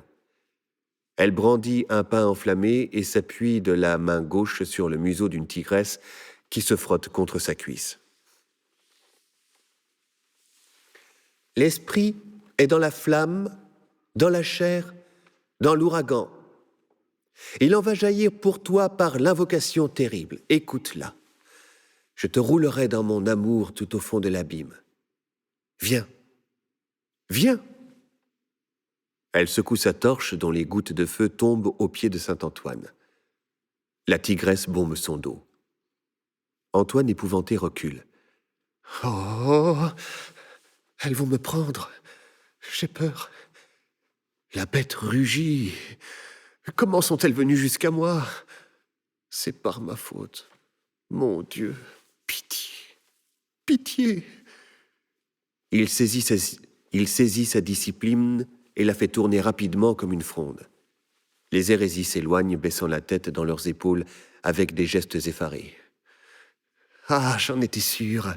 Le signe de la pénitence les met en fuite. C'est la pensée seule qui fait le mal. Plus de ces rêveries où l'âme se perd. L'action, l'action. Il se flagelle. Et les montanistes s'avancent dans des tuniques sombres, la tête couverte de cendres, les bras croisés. Courage, Antoine. Imite-nous. 6 fois par mois des jeûnes entiers, 3 carèmes par an, la flagellation tous les soirs. Et nous baptisons les morts, nous voilons les vierges, nous proscrivons les seconds mariages. Les Tassiens, tête rasée, enfermés dans des sacs noirs, s'écrient « Il faut les proscrire tous ! L'arbre de l'Éden qui portait chaque année 12 fruits rouges comme du sang, c'est la femme ! Celui qui dort à son ombre ne se réveillera que dans l'enfer. » Antoine, mélancoliquement. C'est pour fuir ce sommeil que j'ai cherché la solitude. Le groupe des montanistes s'entr'ouvre et l'on voit s'avancer 2 femmes très pâles vêtues de manteaux bruns. Maximilla est brune, Priscilla est blonde. Elles rejettent en arrière leurs capuchons et elles disent « Du temps que nous vivions chez nos maris, nous sortions dès le matin sans litière ni suivante pour aller dans les tavernes corrompre des geôliers. Nous visitions les confesseurs, nous chantions des psaumes, nous parlions des anges. Nos époux, pendant ce temps-là, se tourmentaient à la maison. Oh, Mère de Dieu, ils ont avec leurs caresses troublé la calme profondeur de la foi comme avec des pierres que l'on jetterait dans un puits l'une après l'autre. » Antoine s'avance pour mieux les voir. Priscilla se met à dire « J'étais au bain, les murs ruisselaient, l'eau coulait, et je m'endormais au vague bourdonnement des murs qui montaient jusqu'à moi. Tout à coup, j'entendis des clameurs. On criait « C'est un magicien, c'est le diable !» Et la foule s'arrêta devant notre maison, en face du temple d'Esculape. Je me levai sans prendre ma chaussure et me haussai avec les poignets jusqu'à la hauteur du soupirail. Sur le péristyle du temple, il y avait un homme vêtu en affranchi qui portait un carcan de fer à son cou. Il prenait des charbons dans un réchaud et il s'en faisait sur la poitrine de larges traînées en appelant « Jésus, Jésus !» Le peuple disait « Cela n'est pas permis, lapidons-le !» D'autres applaudissaient. Lui, il continuait. Et quand il était fatigué de gesticuler avec la main droite, il gesticulait avec la main gauche. C'étaient des choses inouïes, transportantes. Des fleurs toutes grandes ouvertes tournoyaient devant mes yeux, et j'entendais, dans les espaces, comme la mélodie d'un archet d'or. Mes bras lâchèrent les barreaux, mon corps tomba. Je ne sais s'il avait fini ou si c'est moi qui avais cessé de l'entendre, mais la piscine était vide. Et sur les dalles sablées de poudre bleue, La lune entrant allongeait des rayons clairs. Antoine, prêtant l'oreille. « De qui donc parle-t-elle » Maximilla. Nous revenions de Tarse par les montagnes lorsqu'à un détour du chemin nous vîmes un homme sous un figuier. Il cueillait les feuilles et les jetait au vent. Il arrachait les fruits et les écrasait par terre. Il nous cria de loin « Arrêtez-vous » et il se précipita en nous injuriant. Les esclaves accoururent, il éclata de rire. Les chevaux se cabrèrent, les molosses hurlaient tous. Il était debout, au bord du précipice. La sueur coulait sur son visage olivâtre. Le vent de la montagne faisait claquer son manteau noir. Il nous appelait par nos noms. Il nous reprochait la vanité de nos œuvres, la turpitude de nos corps, et il levait le poing du côté des dromadaires à cause des clochettes d'argent qu'il portait sous la mâchoire. Sa fureur me versait l'épouvante dans les entrailles. C'était je ne sais quel voluptueux langage mêlé de brises et de parfums qui me berçait, m'enivrait. D'abord les esclaves s'approchèrent. « Maître, dirent-ils, nos bêtes sont fatiguées. » Puis ce furent les femmes. « Voici la nuit, nous avons peur. » Et les esclaves s'en allèrent. Les enfants se mirent à crier « Nous avons faim !» Et comme on n'avait pas répondu aux femmes, elles disparurent. Lui, il parlait. Sa voix sifflait. Ses paroles tombaient précipitées, coupantes comme des poignards qui faisaient saigner mon cœur et le dégorgeaient. Je sentis quelqu'un près de moi. C'était l'époux. J'écoutais l'autre. Il sanglotait, il se traînait à genoux sur les pierres en s'écriant « Tu m'abandonnes !» Et je répondis « Oui, va-t'en. » Antoine ouvre la bouche, mais Priscilla et Maximilla se mettent à chanter. Le Père domine, le Fils pâtit, l'Esprit flamboie, le Paraclet est à nous, l'Esprit est à nous, car nous sommes les amantes du grand Montanus. Et elles désignèrent près d'elle un eunuque noir, vêtu d'un manteau fauve à galons d'argent, fermé sur sa poitrine par 2 ossements de mort. Montanus. Ce n'est point Montanus que vous aimez, mais l'Esprit de Dieu emplissant son âme. Car je ne suis pas homme, vous le savez, vous autres qui languissez de désir sur ma poitrine imberbe. Vous êtes, ô mes chéris, l'inassouvissable amour, puisqu'à présent vous vous délectez dans la douleur et que l'existence vous fait mal comme un ulcère qui suinte. Sanglotez, pleurez, que vos yeux soient blêmes comme un manteau couleur d'azur qui a dépeint sous les orages. Appelez-moi, je vous coucherai sur les chevalets, fouettez avec des chardons verts la peau blanche de vos corps. Quand le sang coulera, j'arriverai. Oh, j'accourrai pour le sucer avec ma bouche. Maximilla et Priscilla passent leurs bras autour de sa taille et restent la tête posée sur son épaule tout en faisant un signe à saint Antoine.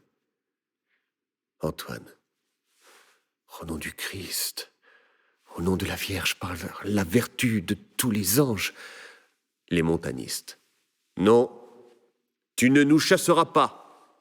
Zotime de Comane a été vaincu par Maximilla, Sotas, évêque d'Anchial, par Priscilla. Nous avons des saints qui sont plus saints que tes saints, des martyrs plus martyrs que tes martyrs. Connais-tu Alexandre, Théodote et Thémisson ? On a arraché les yeux, les dents et les ongles à Alexandre de Phrygie. On lui a frotté la peau avec du miel, on a versé dessus des guêpes furieuses et on l'a lié par une corde à la queue d'un taureau qui marchait au pas dans une prairie. On a déchiré Thémisson avec des couteaux de bois et on a fait couler sur sa figure le sang de ses entrailles. Mais Satan, au haut d'une montagne, a battu Thémisson pendant 6 nuits avec le tronc d'un cèdre qui avait toutes ses branches, et il l'a rejeté comme une pierre dans la vallée. Allons, viens. Jésus a souffert le martyre. Quelle est ta douleur près de la sienne? Antoine, amèrement. Oh, rien, je le sais. Les larmes de toutes les générations qui, réunies, formeraient des océans, sont, devant ces pleurs éternels, comme une goutte d'eau sur une feuille. Silence. Les montagnistes reprennent. L'amour déborde du cœur saignant. L'extase aux yeux fermés contemple les splendeurs célestes, et la suprême intelligence t'arrivera par les angoisses de la matière comme la foudre qui n'apparaît que dans les déchirures des nuages. Antoine. Oh oui, oui, mon corps me gêne. Il m'écrase, il m'étouffe. Les Valériens, très grands, très maigres, avec un poignard à la ceinture, une couronne d'épines sur le front. Ils prennent leur poignard d'une main, leur couronne de l'autre, et ils disent « Voilà qui tranche la luxure. Voici qui endolorit l'orgueil. Est-ce la douleur que tu crains, lâche? Est-ce la peur de ta chair, hypocrite? Tu te couches près d'elle, tu la regardes dormir. Elle se réveillera plus dévorante que les lions. Étouffe-la donc, coupe-la donc, extermine-la. » Antoine. Ah, une haine me prend contre moi. J'exècre la vie, la terre et le soleil. Des cris féroces éclatent, et des donatistes circoncellions apparaissent, sales, hideux, vêtus de peau de chèvre et portant des massues de fer sur l'épaule. Malédiction sur le monde, malédiction sur nous-mêmes. Maudit l'homme, maudite la femme, maudit l'enfant. Écrasez le fruit, troublez la source, pillez le riche qui se trouve heureux, qui mange beaucoup, battez le pauvre qui envie la housse de l'âne, le repas du chien, le nid de l'oiseau, et qui se désole solitairement que chacun ne soit pas un misérable comme lui. Nourrissez les ours, appelez les vautours, sifflez les crocodiles et l'ichnoméon sur le rivage. Nous, les capitaines des saints, nous détruisons la matière pour hâter la fin du monde. Nous assassinons, incendions, massacrons, nous perçons les digues, nous répandons l'argent dans la mer. Le salut n'est que dans le martyre. Nous nous donnons le martyre. Nous nous enlevons la peau des pieds et nous courons sur les galets. Nous enfonçons des broches de fer dans nos entrailles. Nous nous roulons tout nus dans la neige. Nous nous égorgeons en criant « Louange à Dieu !» Nous montons sur les édifices pour nous précipiter la tête en bas. Nous nous couchons sous la roue des chars. Nous nous jetons dans la gueule des fours. Honni soit le baptême, honni l'Eucharistie, honni le mariage, honni le viatique. La pénitence seule lave les âmes. Jésus ne se touche point, Jésus ne se mange point. Damnation sur l'adultère consacré. C'est avec la douleur qu'il faut s'unir. Damnation sur la vanité du moribond qui croit à la chair éternelle. Damnation sur la sottise de ceux qui l'espèrent, sur l'infamie de ceux qui l'enseignent. Damnation sur toi. Damnation sur nous. Damnation sur tous et gloire à la mort. Antoine. Horreur. Un coup de tonnerre éclate. Une fumée épaisse couvre la scène. Antoine ne distingue plus rien. Je n'ai pas rêvé pourtant. Et non, elles étaient là, rugissant autour de moi, et ma pensée s'écroulait sous elles comme les îlots de sable dans les fleuves qui tombent par grands blocs sous les pattes lourdes des crocodiles. Elles parlaient toutes ensemble et si vite qu'il m'était impossible de distinguer leur voix. Se remettant peu à peu. Mais il y en avait qui n'étaient pas complètement détestables. Comment cela se faisait-il? Il fallait leur répondre. Je n'ai pas tout vu. » Il regarde vaguement de côté et d'autre, et il pousse un cri en apercevant dans le brouillard 2 hommes couverts de longs vêtements qui descendent jusqu'à leurs pieds. Le premier est de haute taille, de figure douce, de maintien grave. Ses cheveux blonds, séparés par une raie comme ceux du Christ, descendent régulièrement sur ses épaules. Il a jeté un bâton blanc qu'il portait à la main et que son compagnon a reçu en faisant une révérence à la manière des Orientaux.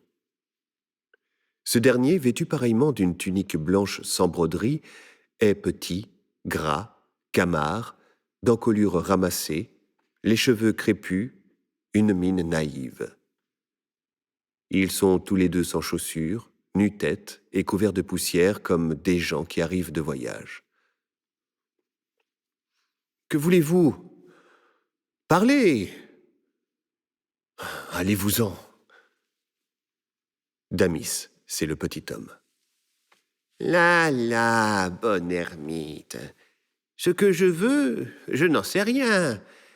Voici le maître. Quant à partir, la charité du moins exigerait... » « Ah, excusez-moi, j'ai la tête si troublée. Que vous faut-il ? Asseyez-vous. » Damis s'assoit, l'autre reste debout. « Et votre maître ? » ?»« Oh, il n'a besoin de rien. C'est un sage.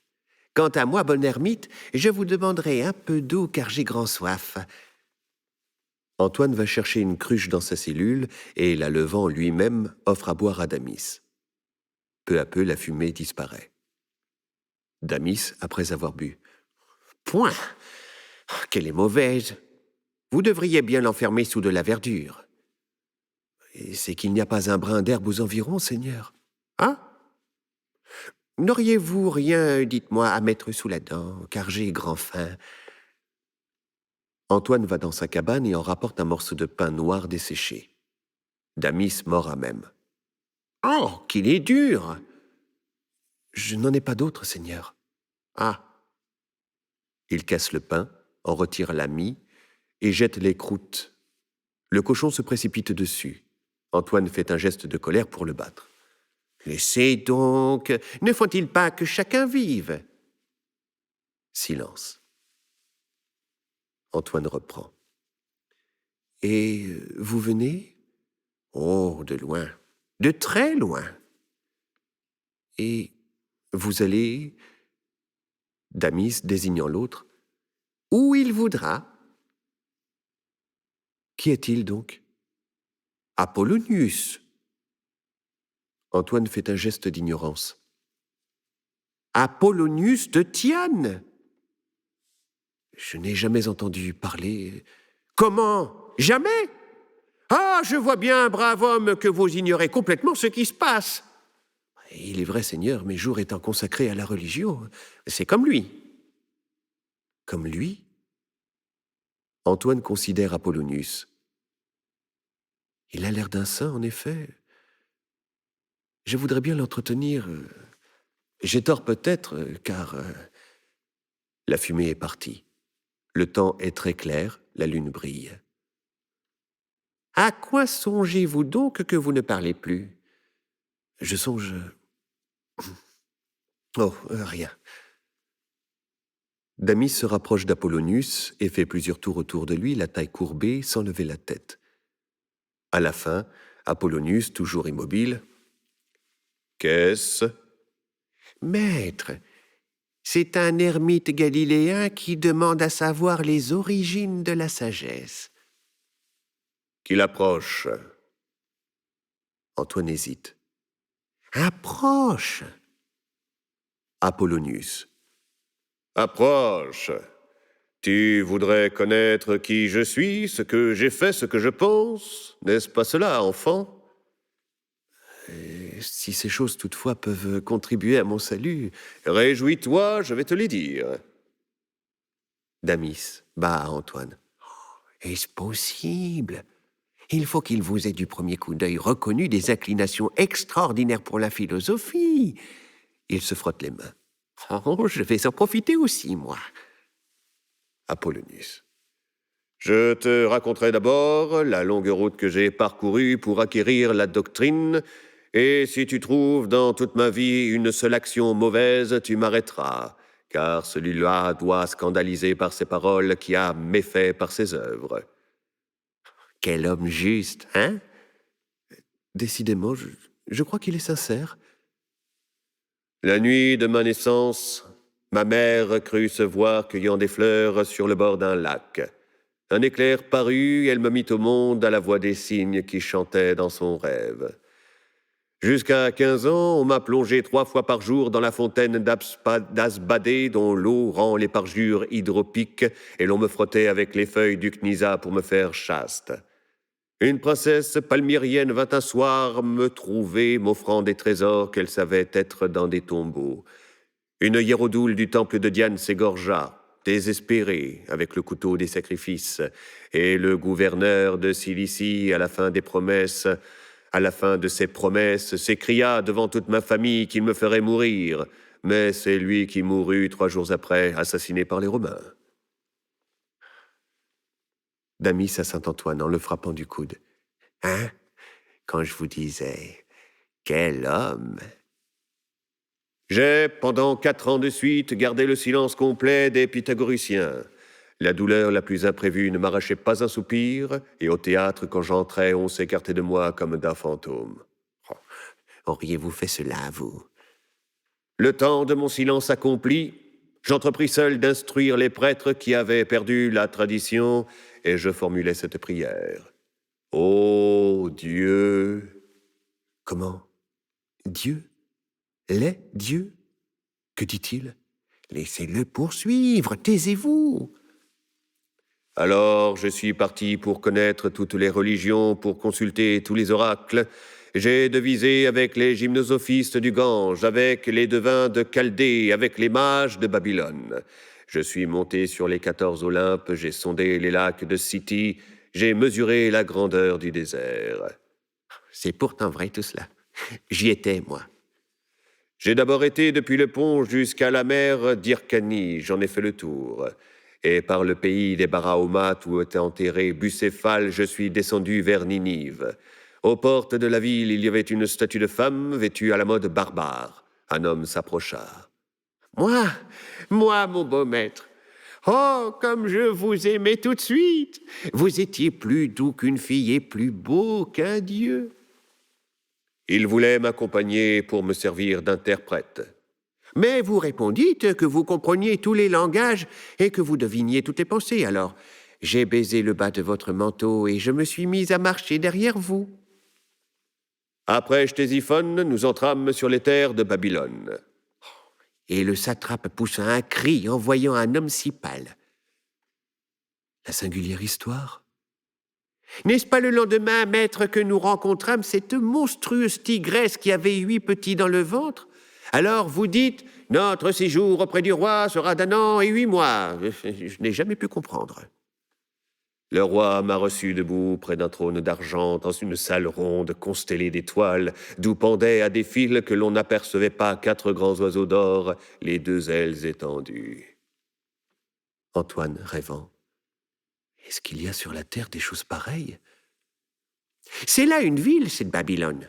Tout le monde y est riche. Les maisons peintes en bleu ont des portes de bronze avec un escalier qui descend vers le fleuve. Dessinant par terre avec son bâton. Comme cela, voyez-vous. Et puis, ce sont des temples, des places, des bains, des aqueducs. Les palais sont couverts de cuivre rouge et l'intérieur donc, oh, si vous saviez. Sur la muraille du septentrion s'élève une tour de marbre blanc qui en supporte une seconde, une 3e, une 4e, une 5e, et il y en a 3 autres encore. Ces tours sont des tombeaux. La 8e est une chapelle avec un lit. Personne n'y entre que la femme choisie par les prêtres pour le dieu Bélus. Le roi de Babylone m'y fit loger. À peine si l'on me regardait, moi. Aussi, je restais seul à me promener par les rues. Je m'informais des usages, je visitais les ateliers, j'examinais les grandes machines qui portent l'eau dans les jardins. Mais il m'ennuyait d'être séparé du maître. au bout d'1 an et 8 mois. Antoine tressaille. Un soir, nous sortîmes de Babylone par la route des Indes. Au clair de la lune, nous vîmes tout à coup une empuse. Oui, elle sautait sur son sabot de fer, elle hennissait comme un âne, elle galopait dans les rochers. Mais il lui cria des injures et elle disparut. Où veulent-ils donc en venir? À Taxiya, Phrahort, roi du Gange, nous a montré sa garde d'hommes noirs, haut de 5 coudées, et dans les jardins de son palais, sous un pavillon de brocart vert, un éléphant gigantesque que ses femmes s'amusaient à parfumer. Il avait autour des défenses des colliers d'or, et sur l'un d'eux on lisait « Le fils de Jupiter a consacré Ajax au soleil ». C'était l'éléphant de Porus qui s'était enfui de Babylone après la mort d'Alexandre. Et qu'on avait retrouvé dans une forêt. Ils parlent abondamment comme des gens ivres. Phrahort nous fit asseoir à sa table. Elle était couverte de grands oiseaux. Il y avait de gros fruits sur des feuilles larges, des antilopes avec leurs cornes. Quel drôle de pays! Les seigneurs, tout en buvant, s'amusent à lancer des flèches sous les pieds d'un enfant qui danse. Mais je n'approuve pas ce plaisir-là. Il en pourrait résulter des malheurs. Quand je fus prêt à partir, le roi me donna un parasol et il me dit « J'ai sur l'Indus un haras de chameaux blancs. Lorsque tu n'en voudras plus, souffle-leur dans les oreilles, ils reviendront. » Nous descendîmes le long du fleuve, marchant la nuit à la lueur des lucioles qui brillaient dans les bambous. L'esclave sifflait un air pour écarter les serpents et nos chameaux se courbaient les reins en passant sous les arbres comme sous les portes trop basses. Un jour, un enfant noir qui tenait à sa main un caducée d'or nous conduisit au collège des sages. L'archat, leur chef, me parla de mes ancêtres, de toutes mes pensées, de toutes mes actions, de toutes mes existences. Il avait été le fleuve Indus, et il me rappela que j'avais conduit des barques sur le Nil au temps de Sésostris. Mais moi, on ne me dit rien, de sorte que je ne sais pas qui j'ai été. Antoine les considérant avec étonnement. Ils ont l'air vagues, comme des ombres. Et nous continuâmes vers l'océan. Nous avons rencontré sur le bord des cynocéphales gorgés de lait qui s'en revenaient de leur expédition dans l'île Taprobane. Avec eux était la Vénus indienne, la femme noire et blanche qui dansait toute nue au milieu des singes. Elle avait autour de la taille des tambourins d'ivoire et elle riait d'une façon démesurée. Les flots tièdes poussaient devant nous sur le sable des perles blondes. L'ambre craquait sous nos pas. Des squelettes de baleines blanchissaient dans la crevasse des falaises, et de longs nids d'herbes vertes suspendues à leurs côtes se balançaient au vent. La terre continuellement se rétrécissait, elle se fit à la fin plus étroite qu'une sandale. Nous nous arrêtâmes, et après avoir jeté vers le soleil des gouttes de la mer, nous tournâmes à droite pour revenir. Nous sommes revenus par la région d'Argent, par le pays des Gangarides, par le promontoire Comaria, par la contrée des Saccalites, des Adramites et des Homérites. Puis, à travers les monts Cassaniens, la mer Rouge et l'île Tapazos, nous avons pénétré en Éthiopie par le royaume des Pygmées. Antoine à part. Comme la terre est grande. Et quand nous sommes rentrés chez nous, tous ceux que nous avions connus jadis étaient morts. Antoine baisse la tête. Apollonius reprend. Alors on commença dans le monde à parler de moi. La peste ravageait Éphèse. J'ai fait lapider un vieux mendiant. Et la peste s'en est allée. Comment? Il chasse les maladies? À Cnide, j'ai guéri l'amoureux de la Vénus. Oui, un fou qui même avait promis de l'épouser. Aimer une femme passe encore, mais une statue, quelle sottise. Le maître lui posa la main sur le cœur et l'amour aussitôt s'éteignit. Quoi? Il délivre les démons? À Tarente, on portait au bûcher une jeune fille morte. Le maître lui toucha les lèvres et elle s'est relevée en appelant sa mère. Comment? Il ressuscite les morts? J'ai prédit le pouvoir à Vespasien. Quoi? Il devine l'avenir? Étant à table avec lui au bain de Baïa, il y avait à Corinthe... Excusez-moi, étranger, mais il est tard. Un jeune homme qu'on appelait Ménippe. C'est l'heure de la première veille. Allez-vous-en. Un chien entra, portant à la gueule une main coupée. Un soir, dans un faubourg, il rencontra une femme. Vous ne m'entendez pas? Retirez-vous. Il rôdait vaguement autour des lits. Assez, assez. On voulait le chasser. Mais moi... Ménippe donc se rendit chez elle. Ils s'aimèrent. Et battant la mosaïque avec sa queue, il déposa cette main sur les genoux de Flavius. Mais le matin, aux leçons de l'école, Ménippe était pâle. Encore? Oh, qu'il continue puisqu'il n'y a pas. Le maître lui dit, « Ô beau jeune homme, tu caresses un serpent te caresse. À quand les noces? Nous allâmes tous à la noce. » Oh, j'ai tort bien sûr d'écouter tout cela. Dès le vestibule, des serviteurs se remuaient. Les portes s'ouvraient, on n'entendait cependant ni le bruit des pas ni le bruit des portes. Le maître se plaça près de Ménippe. Aussitôt, la fiancée fut prise de colère contre les philosophes. Mais la vaisselle d'or qui était sur les tables disparut. Les échansons, les cuisiniers, les panetiers disparurent. Le toit s'envola, les murs s'écroulèrent. Et Apollonius resta seul, debout, ayant à ses pieds cette femme tout en pleurs. C'était un vampire qui rassasiait d'amour les beaux jeunes hommes afin de manger leur chair, parce que rien n'est meilleur pour ces sortes de fantômes que le sang des amoureux. Si tu veux savoir l'art... je ne veux rien savoir. Allez-vous-en. Quel mal donc t'avons-nous fait? Aucun, mais... Non, qu'il s'en aille. Le soir de notre arrivée aux portes de Rome... Oh oui, parlez-moi de la ville des papes. Un homme ivre nous accosta qui chantait d'une voix douce. C'était un épithalame de Néron, et il avait le pouvoir de faire mourir quiconque l'écoutait négligemment. Il portait à son dos, dans une boîte d'ivoire, une corde d'argent prise à la cithare de l'empereur. J'ai haussé les épaules. Il nous a jeté de la boue au visage. Alors, j'ai défait ma ceinture et je la lui ai placée dans la main. Vous avez eu bien tort, par exemple. L'empereur, pendant la nuit, me fit appeler à sa maison. Il jouait aux osselets avec Sporus, accoudé du bras gauche sur une table d'agate. Il se détourna et, fronçant ses sourcils blonds, « Pourquoi ne me crains-tu pas » me demanda-t-il. « Parce que le Dieu qui t'a fait terrible m'a fait intrépide, » répondis-je. Antoine, rêvant. Oh, il y a là quelque chose d'inexplicable qui m'épouvante. Silence. Damis reprend d'une voix aiguë. Toute l'Asie, d'ailleurs, pourra vous dire... Je n'ai pas le temps. À une autre fois, je suis malade. Écoutez donc, il a vu d'Éphèse tuer Domitien qui était à Rome. Est-ce possible? Oui, au théâtre, en plein jour, le 14e des calendes d'octobre. Il s'écria tout à coup, « On égorge César !»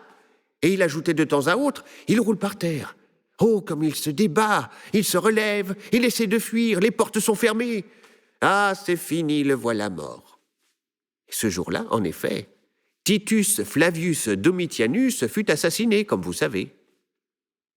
Sans le secours du diable, certainement. Il avait voulu me faire mourir, ce Domitien.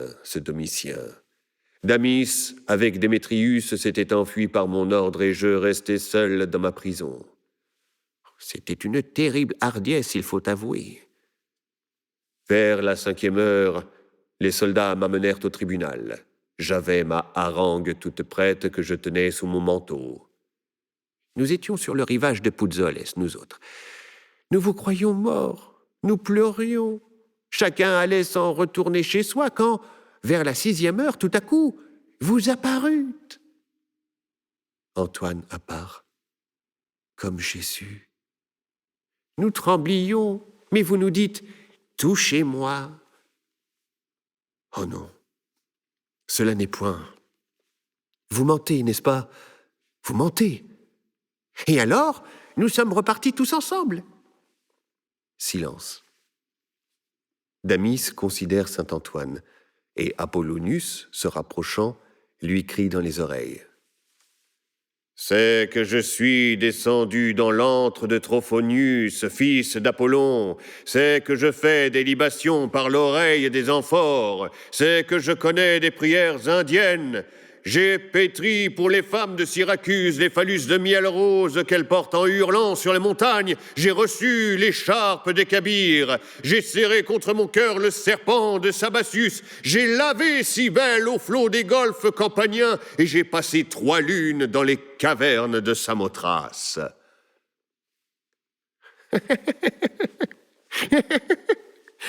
Au mystère de la bonne déesse. Et maintenant, veux-tu venir avec nous voir des étoiles plus larges et des dieux nouveaux? Non. Continuez seul. Partons. Et fuyez, fuyez. Nous allons au nord, du côté des cygnes et des neiges. Sur le désert blanc galope le chevreuil cornu dont les yeux pleurent de froid.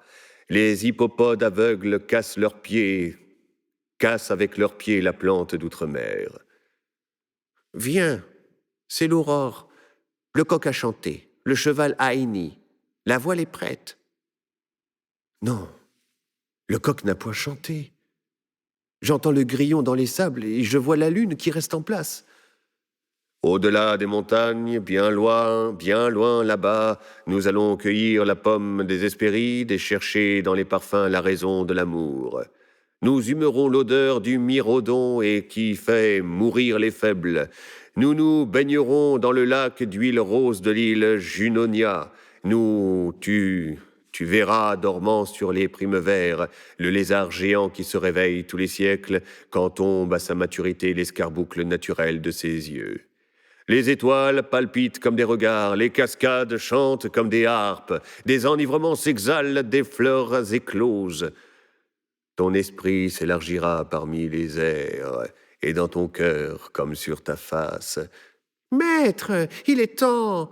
Le vent va se lever, les hirondelles s'éveillent, la feuille du myrte est envolée. Oui, partons. Non, moi je reste. Veux-tu que je t'enseigne où pousse la plante Balis qui ressuscite les morts? Demande-lui qu'il te donne l'androdama qui attire l'argent, le fer et les reins. Apollonius, lui offrant une petite rondelle de cuivre. Veux-tu le xénestron? Le voici, prends-le donc. Tu pourras descendre dans les volcans, traverser le feu, voler dans l'air. Oh, qu'ils me font mal, qu'ils me font mal. Tu comprendras la voix de tous les êtres, les rugissements, les hennissements, les roucoulements. Car j'ai retrouvé, j'en suis sûr, le secret de Tirésias. Il sait encore des chansons qui font venir à soi celui qu'on désire. J'ai appris des Arabes le langage des vautours et j'ai lu dans des grottes de Stromfarabarnax la manière d'épouvanter le rhinocéros et d'endormir les crocodiles. Quand nous voyagions autrefois, nous entendions à travers les lianes courir les licornes blanches. Elles se couchaient à plat ventre pour qu'il montât sur elles. Tu monteras sur elle aussi. Tu te tiendras aux oreilles. Nous irons, nous irons. Oh, oh. Qu'as-tu? Viens donc. Oh, oh. Serre ta ceinture, noue tes sandales. Et en route, je t'expliquerai le sens des statues, pourquoi Jupiter est assis, Apollon debout, Vénus noire à Corinthe, carré dans Athènes, conique à Paphos. Oh, qu'il s'en aille, mon Dieu, qu'il s'en aille. La connais-tu, la Vénus uranienne qui scintille sous son arc d'étoiles? T'a-t-on dit les mystères de l'Aphrodite prévoyante? As-tu senti les étreintes de Vénus barbue? Ou médité les colères d'Astarté furieuse? N'aie souci, j'arracherai leurs voiles, je briserai leur armure, tu marcheras sur leurs temples, et nous parviendrons jusqu'à la mystérieuse et l'inaltérable, jusqu'à celle des maîtres, des héros et des purs, la Vénus apostrophienne qui détourne les passions et tue la chair. Et quand nous retrouverons une pierre de sépulcre assez large, nous jouerons au Skyrapis de Minerve qui se joue la nuit dans l'automne, à la pleine lune rousse. Apollonius frappant du pied. « Pourquoi donc ne vient-il pas ?» Damis frappant aussi du pied. « En marche !»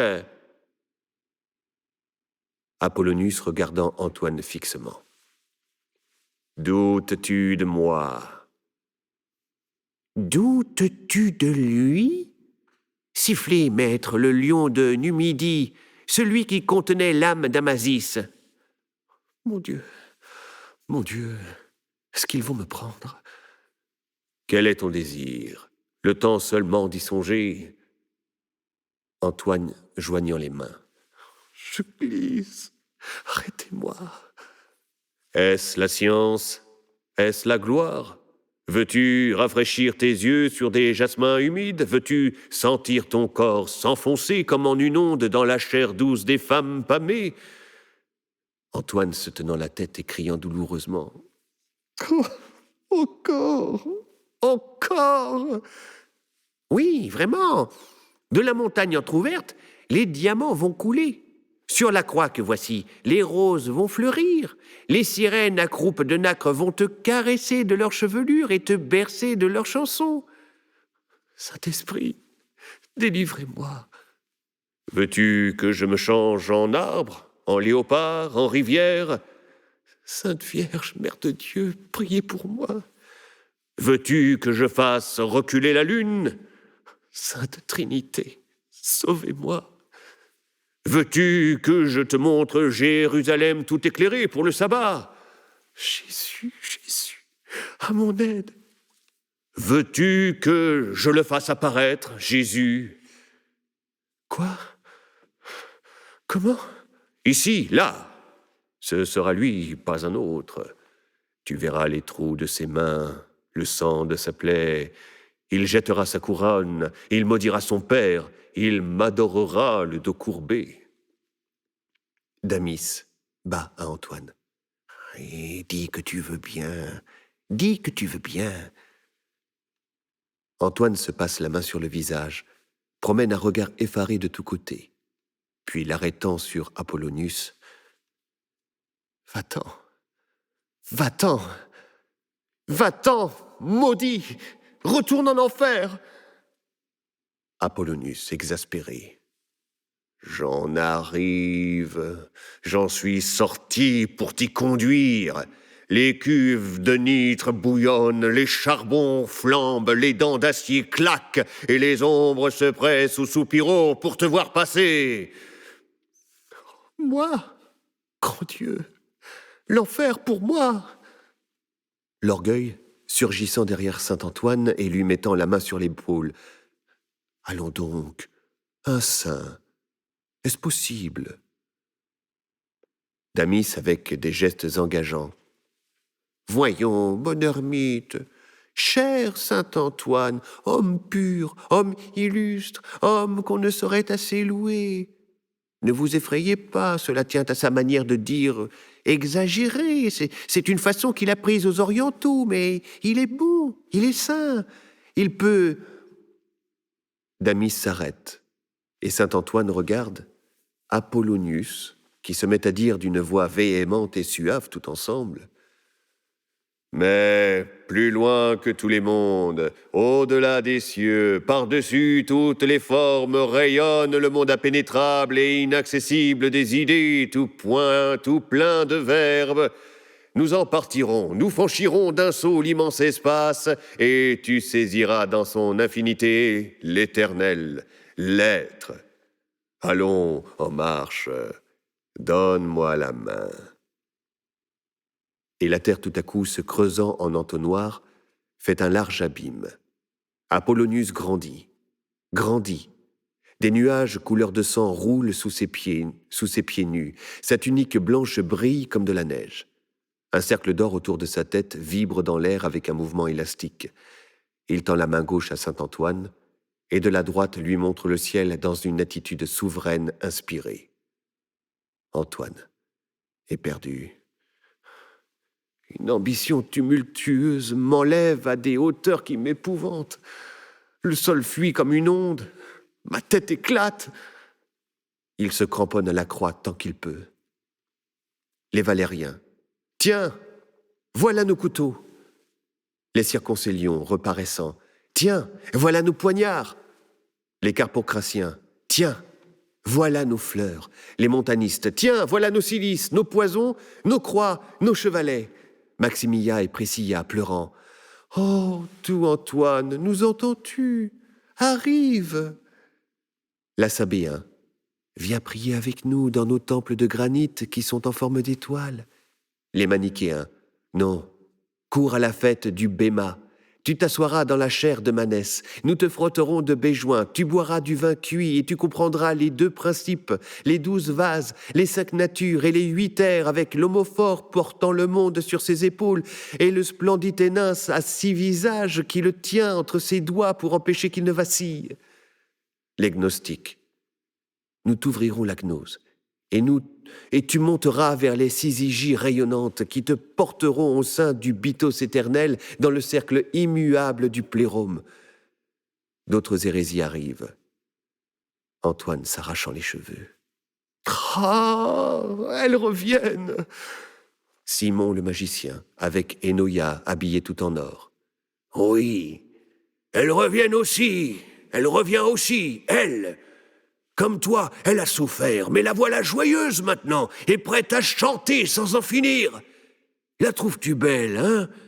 La veux-tu? C'est l'idée. Aime-la donc. La pénitence l'avive, et l'amour la brûle. Antoine. Quelle prière dire? Qui implorer? La fausse prophétesse de Cappadoce, passant au galop au fond de la Seine, penchée sur le cou de sa tigresse et secouant sa résine. « Moi? Moi ?» Les péchés capitaux crient tous. « Nous! Nous !» La luxure. « Réjouis ta chair !» La paresse. « Ne pense plus !» L'avarice. « Cherche l'argent !» L'envie. « Dieu te hait ! Hais Dieu !» Les circoncellions. « Tue-toi ! Tue-toi !» Les hérésies et les péchés entourent saint Antoine. Maximilla et Priscilla pleurent. Enoïa se met à chanter. Apollonius, avec son bâton blanc, trace des cercles de feu dans l'air. Les gnostiques ouvrent leurs livres. La fausse prophétesse, à l'horizon, se balance sur sa bête. Antoine est perdu. Ah, Seigneur, Seigneur, raffermis ma foi. Donne-moi l'espérance. Fais que je t'aime. Redouble ta colère, s'il te plaît, mais pitié. Pitié! 3 blanches figures, les vertus théologales, apparaissent sur le seuil de la chapelle. Antoine se débat. « Je vais à vous! Aidez-moi !» Les péchés. « Quoi? Tu nous repousses. Nous sommes la joie. » Les hérésies. « Ah, tu nous abandonnes. Nous, les filles de l'Église, la nature complexe du dogme chrétien, car il agonisera quand nous serons mortes. » Antoine fait des efforts pour rejoindre les 3 vertus. L'orgueil arrive par derrière et le pousse dans le dos, en avant. Alors les hérésies s'écartent et les péchés reculent. La luxure, en soupirant, s'assoit sur le cochon et étale par-dessus sa belle robe à paillettes. La paresse s'endort. La colère ronge ses poings, l'avarice se baissant fouille à terre. L'envie met sa main devant ses yeux et regarde au loin. La gourmandise s'accouve. L'orgueil reste debout.